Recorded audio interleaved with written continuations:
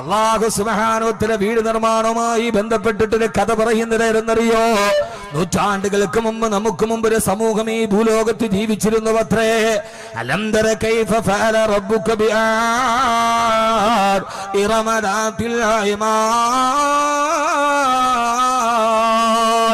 ഇന്നത്തെ യമനിലെ ഇറമ പ്രദേശത്ത് ജീവിച്ചിരുന്ന ആദ് സമൂഹം, ആദ് ഗോത്രം എന്ന് പറയുന്ന ഒരു ഗോത്രപ്രദേശം ഇന്നത്തെ യമനിന്റെ ഭാഗത്തുള്ള ഇറമ പ്രദേശത്ത് ജീവിച്ചിരുന്നുവത്രേ. ഈ കാണുന്ന കൊന്നത്തെങ്ങിനേക്കാൾ വലിപ്പമുള്ളവർ അള്ളാഹു അവർ ഈ ഭൂലോകത്ത് നിന്നൊരു പേമാരി കൊണ്ട് തകർത്ത് കളഞ്ഞുവത്രേ. സഖറഹാലൈഹിം സബ്അ ലയാലിൻ വ സമാനിയത അയ്യാം. 7 രാത്രിയും 8 പകലും നീണ്ടു നിന്നൊരു പേമാരി തുമർത്തു പെയ്തപ്പോ അവരുടെ വീടുകളോടുകൂടി അവരെ തകർന്ന് തരിപ്പണമായി ചത്തുപോയെന്ന് വിശുദ്ധ ഖുർആൻ. ഞാൻ ഈ കഥ പറയുന്നത് എന്തിനെന്നറിയോ?